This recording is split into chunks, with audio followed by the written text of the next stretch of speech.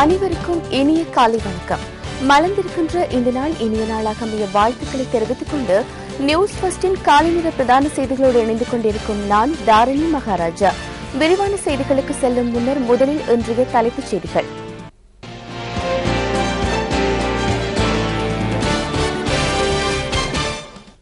எதிர்வரும் வியாழக்கிழமைக்கு முன்னர் உள்ளூராட்சி மன்றங்களின் தலைவர்களது பெயர்களை தேர்தல்கள் செயலகத்திற்கு அனுப்பி வைக்குமாறு தேர்தல்கள் ஆணையாளர் வலியுறுத்தியுள்ளார்.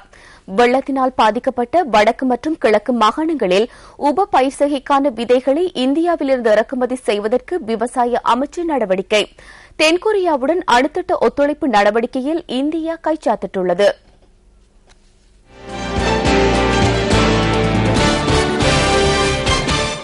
தொடர்பான உள்நாட்டுச் செய்திகள்.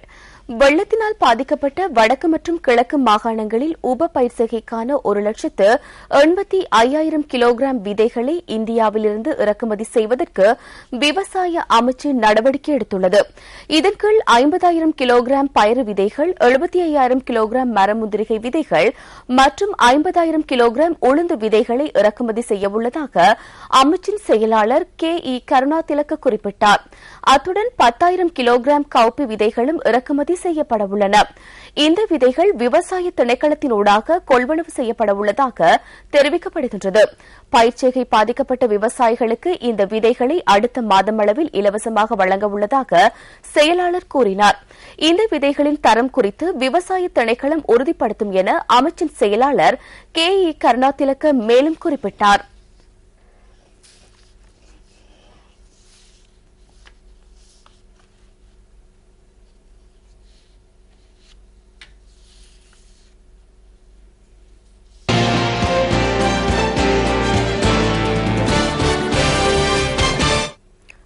எதிர்வரும் வியாழக்கிழமைக்கு முன்னர் உள்ளூராட்சி மன்றங்களின் தலைவர்களது பெயர்களை தேர்தல்கள் செயலகத்திற்கு அனுப்பி வைக்குமாறு வெற்றி பெற்ற கட்சிகளின் செயலாளர்களிடம் தேர்தல்கள் ஆணையாளர் வலியுறுத்தியுள்ளார். மேயர், உபமேயர், தலைவர் மற்றும் உபத்தலைவர் ஆகிய பதவிகளுக்காக நியமிக்கப்படும் நபர்களின் பெயர்களை கட்சிகளின் செயலாளர்களூடாக தேர்தல்கள் செயலகத்திற்கு அனுப்புவதற்கு நடவடிக்கை எடுக்க வேண்டும் என மேலதிக தேர்தல்கள் ஆணையாளர் WP சுமனஸ்ரீ குறிப்பிட்டார். அத்துடன் உள்ளூராட்சி மன்றங்களின் எதிர்க்கட்சித் தலைவர் பதவிக்கு நியமிக்கப்படுபவர்களின் பெயர்களையும் அனுப்பி வைக்க வேண்டும் என அவர் தெரிவித்தார். தேர்தலில் தெரிவு செய்யப்பட்ட அனைத்து உறுப்பினர்களது பெயர்கள் எதிர்வரும் 2 தினங்களுக்குள் தேர்தல்கள் செயலகத்திற்கு கிடைக்கும் என WP சுமனஸ்ரீ சுட்டிக்காட்டினார். இதன் பிரகாரம் தெரிவு செய்யப்பட்ட அனைத்து உறுப்பினர்களது பெயர்கள் அடங்கிய வர்த்தமானி அறிவித்தலை இந்த வார இறுதியில் வெளியிட முடியும் என எதிர்பார்ப்பதாக மேலதிக தேர்தல்கள் ஆணையாளர் கூறினார்.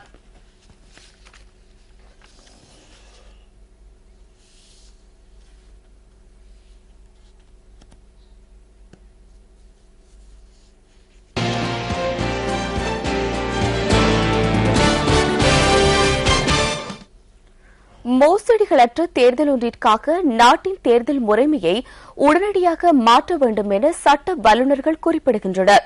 தற்போது நடைமுறையில் உள்ள தேர்தல் முறைமை காரணமாக அரசியல் கட்சிகளுக்கிடையிலும் ஒரே கட்சிகளுக்குள்ளும் மோதல்கள் ஏற்படுவதாக கொழும்பு பல்கலைக்கழகத்தின் சட்டப்பீடத்தின் சிரேஷ்ட விரிவுரையாளர் கலாநிதி பிரதீகா மகனாம்ஹேவ தெரிவிக்கின்றார். இதன் காரணமாகவே பல வன்முறைகளும் மோசடி சம்பவங்களும் இடம்பெறுவதாக அவர் சுட்டிக்காட்டினார். தற்போது நாட்டில் காணப்படும் தேர்தல் முறைமைக்கு பதிலாக ஜெர்மன் போன்ற நாடுகளில் நடைமுறைப்படுத்தப்படும் தேர்தல் முறைமையை அமைத்தால் தற்போதைய நிலைமைக்கு தீர்வை பெற்றுக்கொள்ள முடியும் என சட்டத்தரணிகள் சங்கத்தின் தலைவர் ஜனாதிபதி சட்டத்தரணி சிப்லி அசீஸ் கூறினார். எவ்வாறாயினும் எமது நாட்டிற்கு பொருந்தக்கூடிய வகையில் அந்த முறைமையில் சில மாற்றங்கள் ஏற்படுத்தப்பட வேண்டும் என அவர் குறிப்பிட்டார்.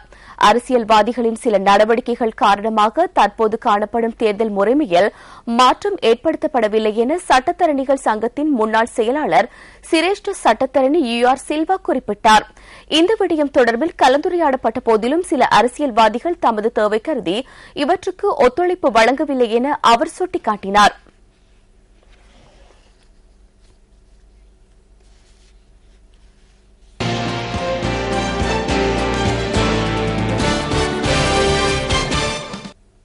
₹50 லட்சம் கப்பம் கோரி கல்கிசை பகுதியில் மாணவன் ஒருவன் கடத்தப்பட்டுள்ளதாக தெரிவிக்கப்படுகின்றது. கல்கிசை டெம்ப்ளஸ் வீதியில் அமைந்துள்ள வீடம் ஒன்றிற்கு வேன் ஒன்றில் வருகை தந்த குழுவினர் குறித்த மாணவரின் தாயை கட்டி போட்டுவிட்டு இந்த கடத்தலை மேற்கொண்டுள்ளதாக போலீசார் குறிப்பிட்டுள்ளனர். கொழும்பின் பிரபல பாடசாலை ஒன்றில் கல்வி பயிலும் 15 வயது மாணவர் ஒருவரே இவ்வாறு கடத்தப்பட்டுள்ளார்.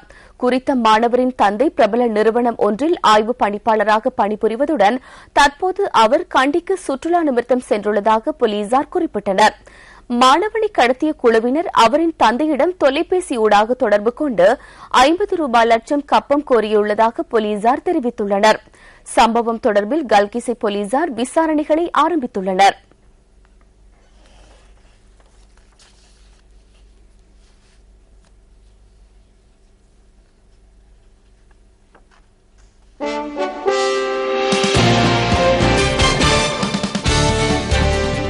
செய்திகள் தொடர்கின்றன. வெளிநாட்டு நாணயங்களின் விற்பனை மற்றும் கொள்வனவு விலைகளை சுமந்து வரும் பிஸ்வஸ் தொகுப்பு அடுத்து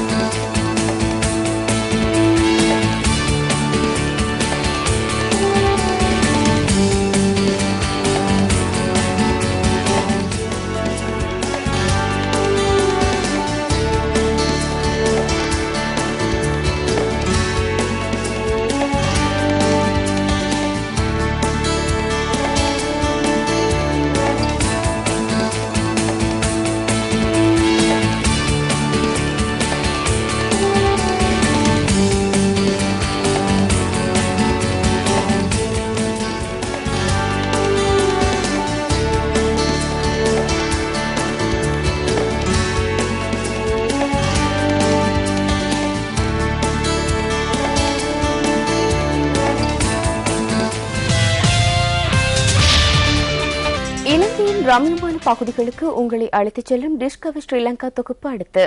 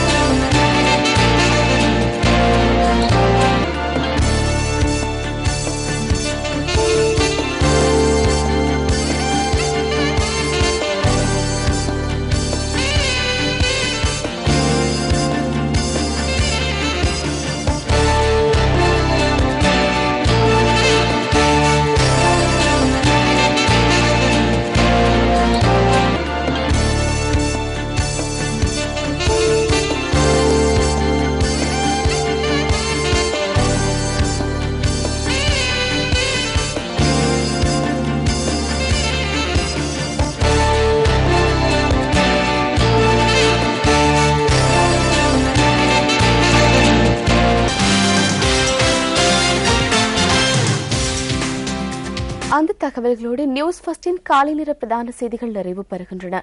எமது மணித்தியால செய்திகளை 10:25க்கும் மதிய நேர பிரதான செய்திகளை வழமை போல் பிற்பகல் 1 மணிக்கும் எதிர்பாருங்கள். தொடர்ந்தும் சக்தி டிவி வழங்கும் நிகழ்ச்சிகளோடு இணைந்திருங்கள். வணக்கம்.